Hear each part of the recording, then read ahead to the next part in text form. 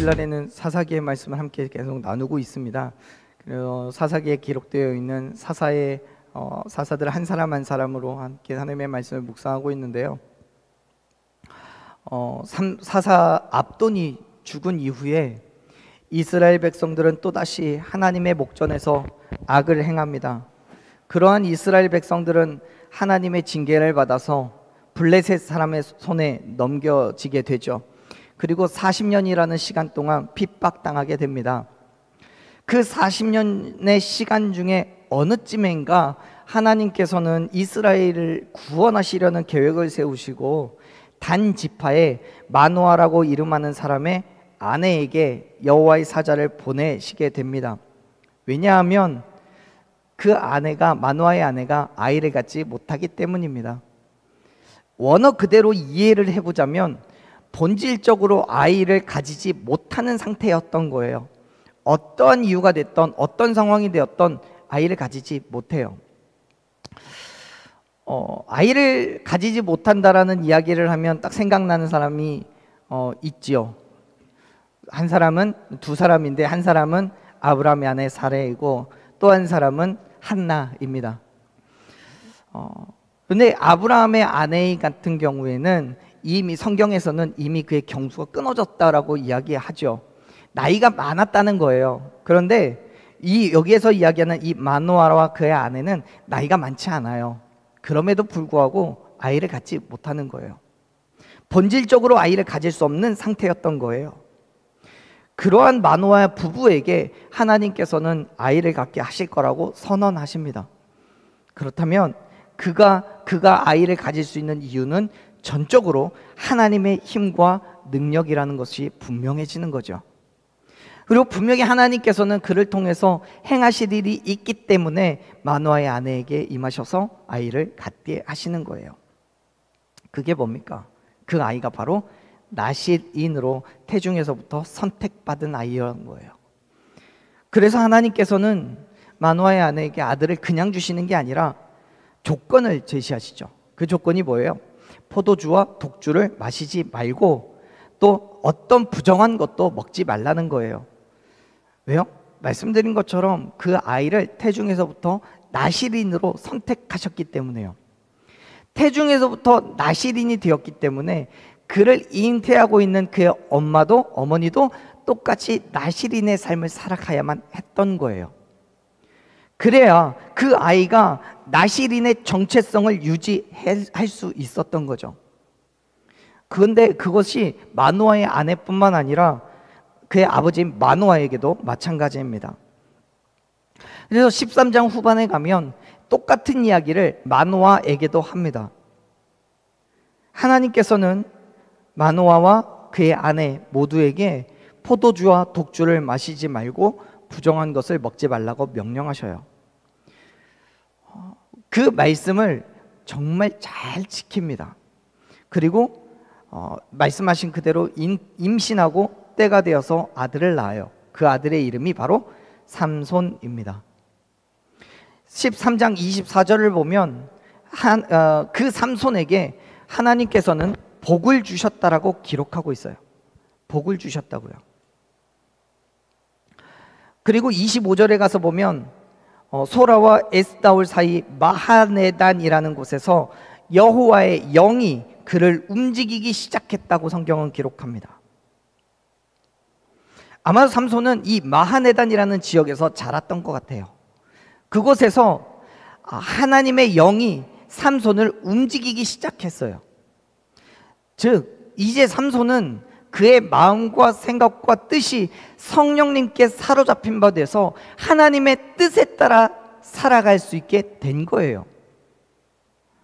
하나님의 일을 행하고 하나님의 역사심을 세상 가운데 드러낼 수 있는 그러한 존재가 바로 이 삼손이었다는 거죠. 그런데요, 그럼에도 불구하고 삼손도 연약한 인간이에요. 아니, 바울이 말하고 있는 것처럼 본질상 진노의 자녀이기 때문에 그런지도 모르겠습니다. 삼손이 자라면서 히브리 민족으로서 또 나실인으로서 하나님께 선택받은 민족으로서 교육을 받았다는 것은 분명한 사실이에요. 하지만 그의 주변 환경이 이미 하나님 앞에서 악을 행하는 사람들이었고, 많은 사람들이 그러한 잘못된 삶의 방향으로 살아가고 있었기 때문에 삼손 또한 그러한 삶이 당연한 것처럼 받아들여졌어요. 삼손은 죄를 죄라고 인식하지 못하고 그것이 사회적 통념이나 혹은 관습이라고 이해가 되는 거예요. 그가 태어나면서부터 자라오는 모든 환경들 속에서 그러한 죄된 모습들이 있었으니까요. 그런데 누구 한 사람도 그것을 죄라고 이야기하지 않고 그것을 하나님께서 징계하실 거라고 선언하지 않아요. 그렇기 때문에 삼손 또한 당연히 죄를 죄라고 이해하지 못하는 거예요. 그 스스로도 그 죄에 동참하는 것을 주저하지 않아요. 보세요. 성경은 이렇게 기록을 합니다. 1절 말씀 다시 한번 읽어볼게요. 14장 1절 말씀 같이 읽습니다. 삼손이 딥나에 내려가서 거기서 블레셋 사람의 딸들 중에서 한 여자를 보고, 이 1절의 말씀을 히브리어 원어로 찾아보면 이 내려가서라는 의미의 단어가 가장 첫 번째로 기록되어 있습니다. 다시 말, 우리는 지금 14장 1절에서 우리 성경에는 삼손이가 가장 처음이잖아요. 네, 히브리어 원어는 내려가서라는 단어가 처음이에요. 무슨 뜻이냐면 내려갔다는 게 중요하다는 거예요. 딥나로 내려갔어요. 그런데요, 그 단어가 앞에 있는 내용과 직접적으로 관련되어 있다는 것을 의미하는 단어로 되어 있어요. 무슨 말이냐면 삼손이 블레셋의 도시인 딥나로 내려간 것은 그 앞에 있는 25절에 있는 여호와의 영이 그를 움직여서 가게 하셨다는 거예요. 그렇습니다. 딥나로 내려간 삼손은 그의 개인적인 결정과 개인적인 어떤 목적을 가지고 내려간 것이 아니라 25절에서 이야기하고 있는 대로 여호와의 영이 이끄심에 따라서 그 길로 가게 되었다는 것을 이야기하는 거예요. 하지만 삼손은 그곳에서 하나님이 원하시는 일을 한 것이 아니라 한 이방 여인을 보고 마음을 빼앗겨 버려요. 아무 일도 할 수 없어요.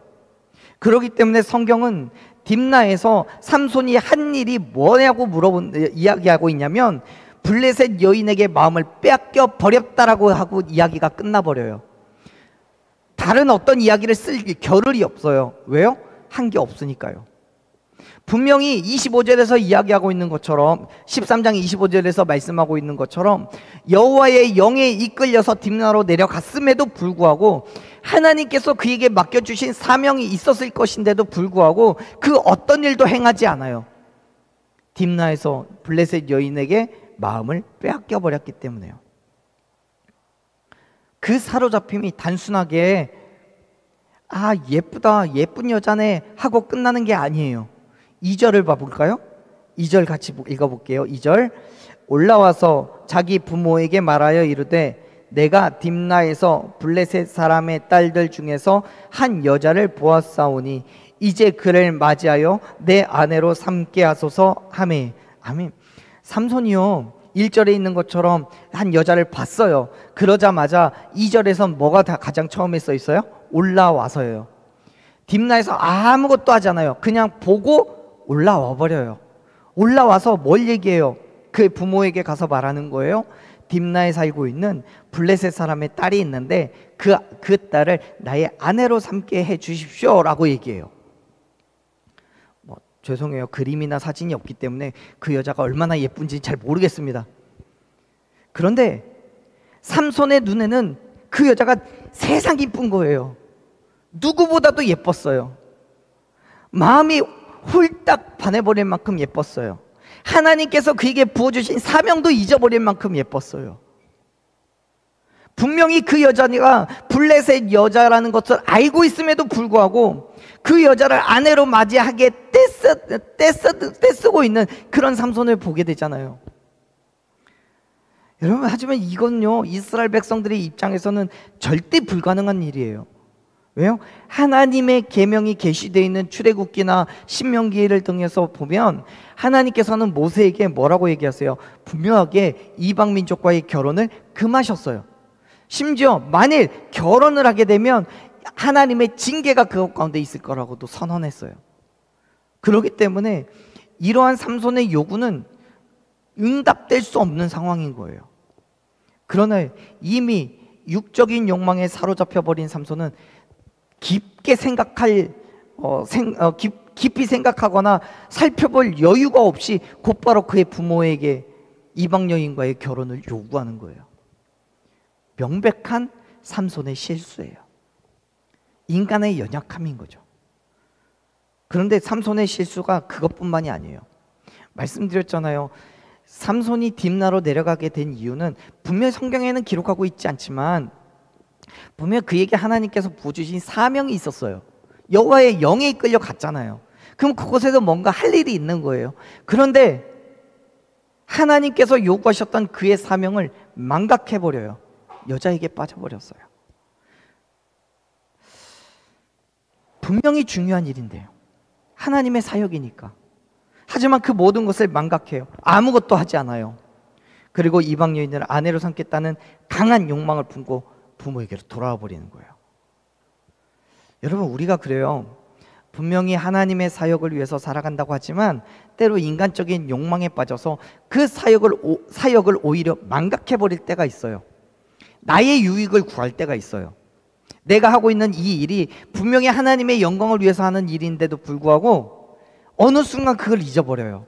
그리고 그 일을 통해서 나의 유익을 구하려고 할 때가 있어요. 왜 그래요? 끊임없는 하나님과의 교통이 없기 때문에 그래요. 하나님의 음성에 귀를 기울이는 게 아니라 눈에 보이는 세상의 욕망에 사로잡혀 버리기 때문이에요. 사랑하는 여러분, 저와 여러분이 모두 연약한 인간이기 때문에 얼마든지 세상의 유혹을 받을 수 있습니다. 우리의 마음에 감동이 되는 것보다 일단 눈에 보이는 것에 사로잡힐 수 있습니다. 삼손이 나실인임에도 불구하고 세상의 욕망을 떨쳐버릴 수 없었던 것과 같이 저와 여러분 또한 그리스도인임에도 불구하고 얼마든지 세상의 자랑을 따라할 수 있습니다. 디모데후서 3장 5절에서요, 사도 바울은 뭐라고 이야기합니까? 디모데에게요. 경건의 모양은 있지만 경건의 능력을 부인하는 사람이 있대요. 무슨 말이냐면 교회를 다니지만 교회를 다니는 티가 안 나는 사람들이 있다는 거예요. 왜요? 그들이 왜 그렇게 됐다고요? 경건의 능력이 없어요? 교회를 안 다녀요? 아니에요, 다녀요. 성경을 안 봐요? 아니요, 봐요. 기도 안 해요? 아니요, 기도해요. 그런데 왜 그러냐고요? 디모데전서 3장 2절부터 4절까지의 말씀을 보면 그 이유가 써 있어요. 한번 찾아볼까요? 우리 성경지 읽으니까 디모데전서 3장 2절 4절 말씀, 2절부터 4절까지의 말씀 한번 살펴보겠습니다. 신약 성경 339페이지인데요. 디모데전서 3장 죄송해요. 디모데후서요. 디모데후서 3장 2절부터 4절까지 말씀 같이 읽어볼게요. 읽습니다.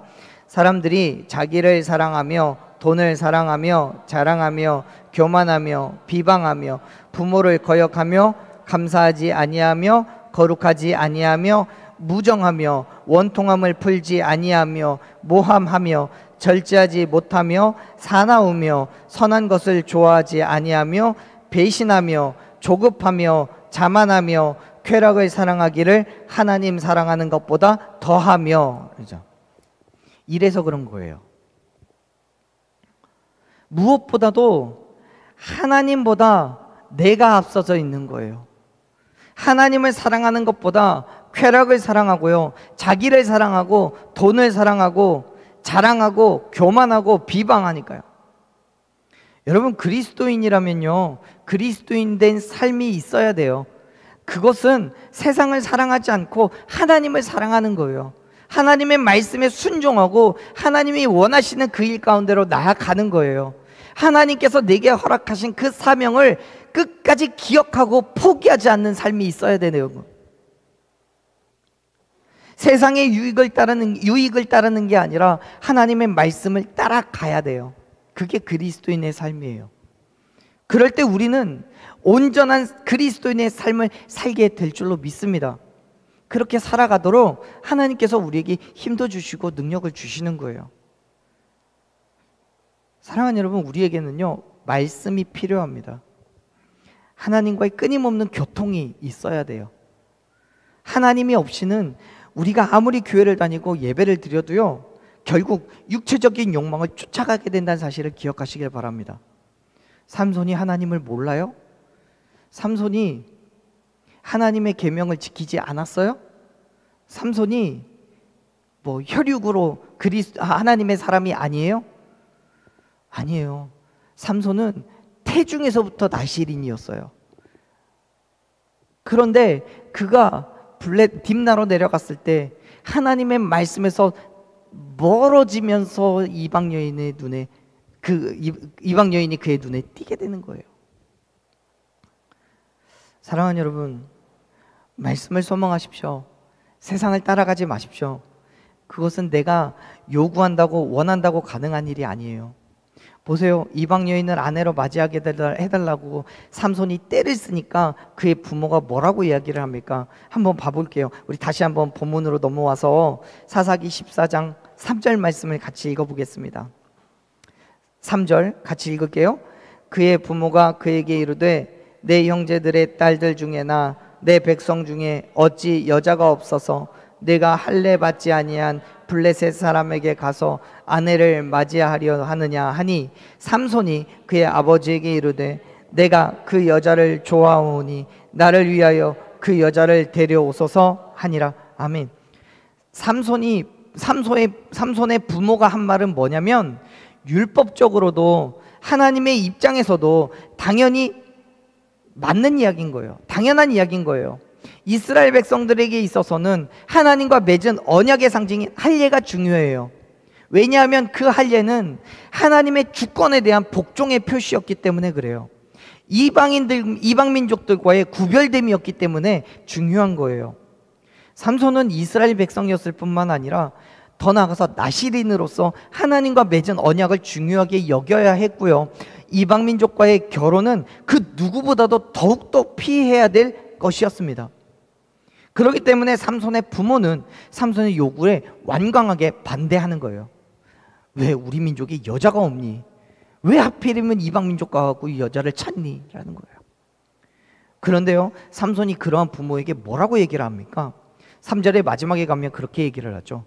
내가 그 여자를 좋아하기 때문에 나를 위하여 데려오라고요. 여러분, 앞에서도 계속 말씀드렸지만 삼손은 이스라엘 백성이기 때문이기도 했고요. 무엇보다 하나님께 드려진 바 된 나실인이에요.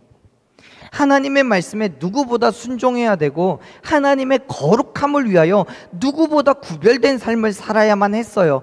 그러한 삼손이 뭐라고요? 내가 그 여자를 좋아하니 나를 위하여 데려오라고 얘기를 해요. 여러분, 이러한 상황에서 가장 중요하게 여겨져야 하는 의견이 누구의 것이어야 됩니까? 하나님의 의견이잖아요. 하나님의 뜻이에요. 그렇기 때문에 이 말씀을 정말 말씀을 그대로 나실인의 입장에서 굳이 이야기를 해보자면 부모님께 이렇게 얘기를 해야 되죠. 하나님이 그 여자를 좋아하니까 하나님을 위하여 데려오십시오 라고 이야기하는 게 굳이 말하자면 맞는 얘기인 거예요. 그런데 삼손은 뭐라고 한다고요? 나를 위해서, 내가 좋아하니까 나를 위해서 데리고 오라고 하잖아요. 삼손의 안중에는 하나님이 있질 않아요. 자기만 있는 거예요. 하나님의 의견이 중요하지 않아요.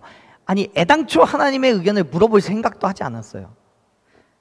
자기의 욕망을 채우기 위해만 급급한 거예요.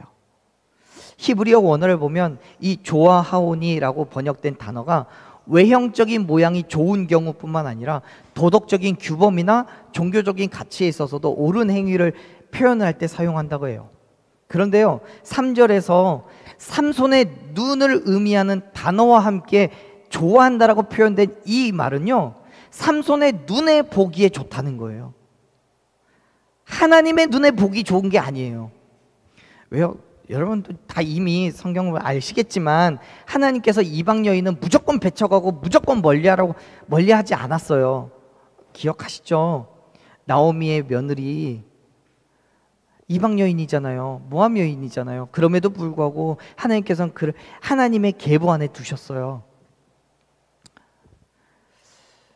그런데 이 여인이라고 해서 하나님께서 원하신다면 하나님의 계보 안에 두시지 않겠냐고요.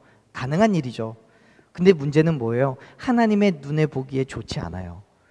삼손의 눈에 보기에만 좋은 거예요. 그 여인이 자기의 눈에 좋게 보이기 때문에 그 여인과 결혼하겠다는 거예요.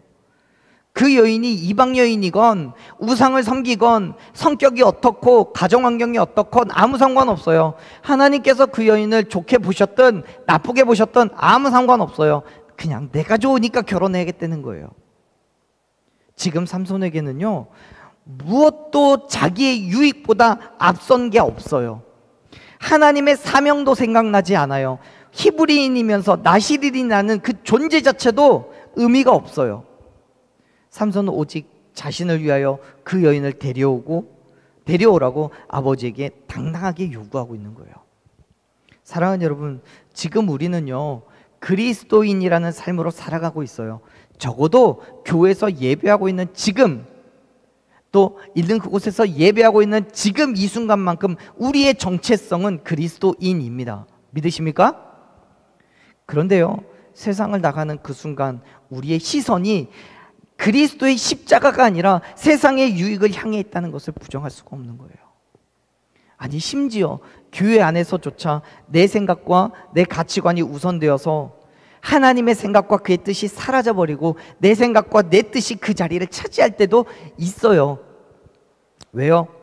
하나님으로부터 우리의 시선이 멀어졌기 때문에요. 하나님이 그저 우리의 삶에 있는 하나의 액세서리에 불과해버리기 때문에요. 사랑하는 여러분, 그리스도인 된 저와 여러분에게 있어서 예수 그리스도가 삶의 중심이 되기를 간절히 축원합니다. 그것이 우리가 살아가는 이유이고 목적이 되기를 원합니다. 예수 그리스도의 죽으심과 부활하심을 굳게 붙잡고 세상 가운데 그리스도인의 삶의 모습을 보여주며 정말 예수 그리스도가 나를 통해서 증거되어지고 선포되어지는 삶, 그 삶이 우리가 살아야 될 바로 그 삶이라는 사실을 여러분 기억하시길 바랍니다. 그렇게 되기 위해서 여러분 끊임없이 예수 그리스도의 죽으심과 부활하신 그 모든 일들을 믿음으로 말미암아 택함 받은 하나님의 백성이 된 삶을 살아가시기를 간절히 축원합니다. 우리를 통해서 세상이 발견하게 될 진리가 바로 그 안에서 우리의 행함을 통해서 드러나게는 예수 그리스도인 거예요. 사랑하는 여러분, 우리가 먼저 예수 그리스도를 믿기를 원합니다. 우리에게 주어진 하나님의 주권을 인정하십시오. 내 삶의 자랑과 유익과 만족의 자리를 하나님께 기꺼이 내어드리십시오. 그때 비로소 우리는 진정한 그리스도인의 삶을 살아가게 될 줄로 믿습니다. 삼손은요, 하나님 앞에 큰 실수했어요. 하나님의 사명조차도 잊었어요. 아마도 하나님께서는 삼손을 통해서 블레셋을 치려고 하셨던 것 같아요.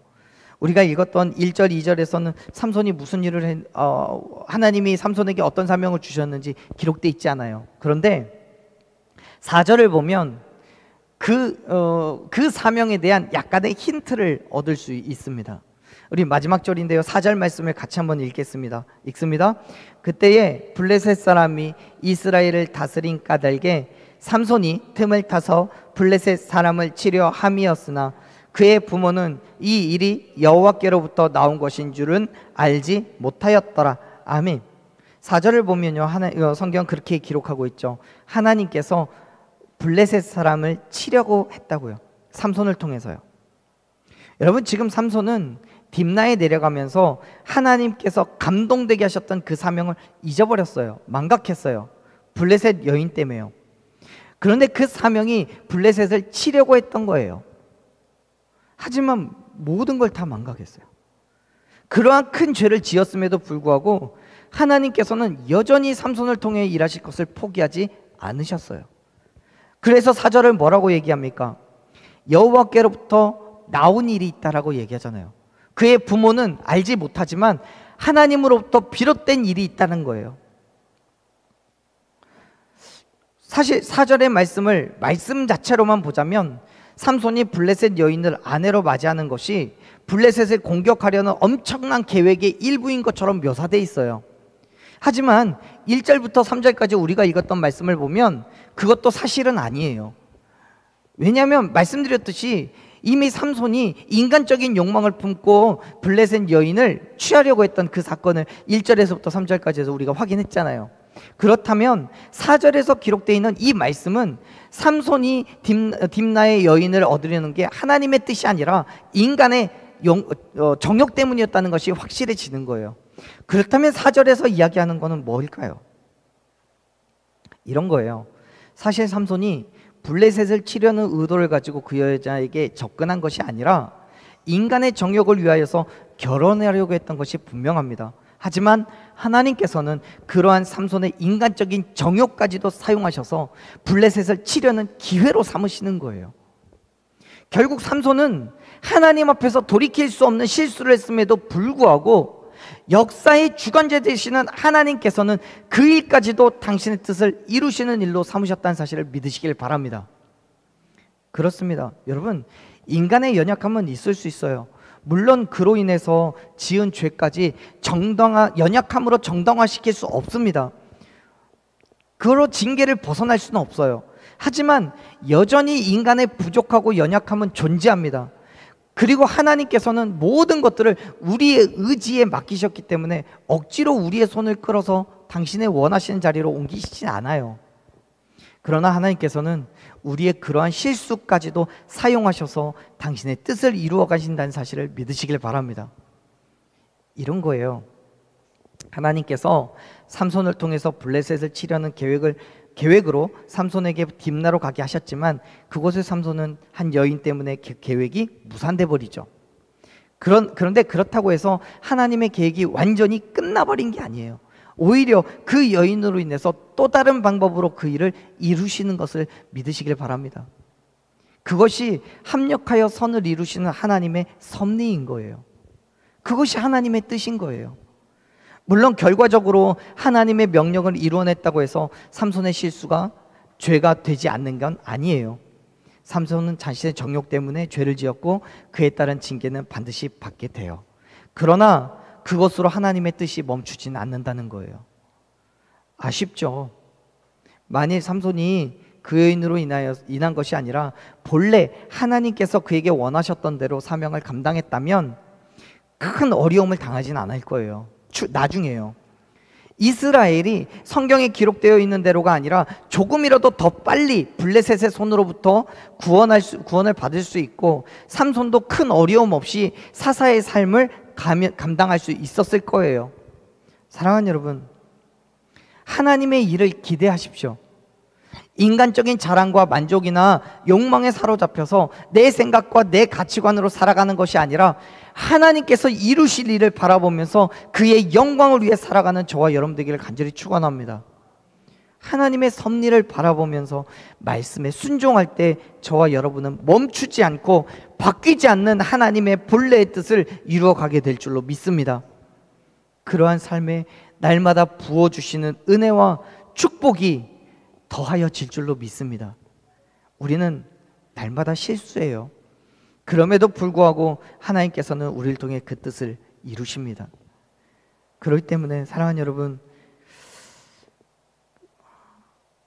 바라건대 하나님 앞에서 실수하지 않고 그의 뜻을 이루어가는 저와 여러분이 되기를 간절히 소망합니다. 부족하지만 그래서 더욱더 기도하고 연약하지만 그래서 더욱더 하나님의 말씀을 묵상하면서 하나님과 나와 삶이 온전히 하나 되어 살아가는 그런 그리스도인의 삶으로 살아갈 때 하나님께서 우리를 통해 일하실 줄로 믿습니다. 그 일을 기대하고 소망합니다.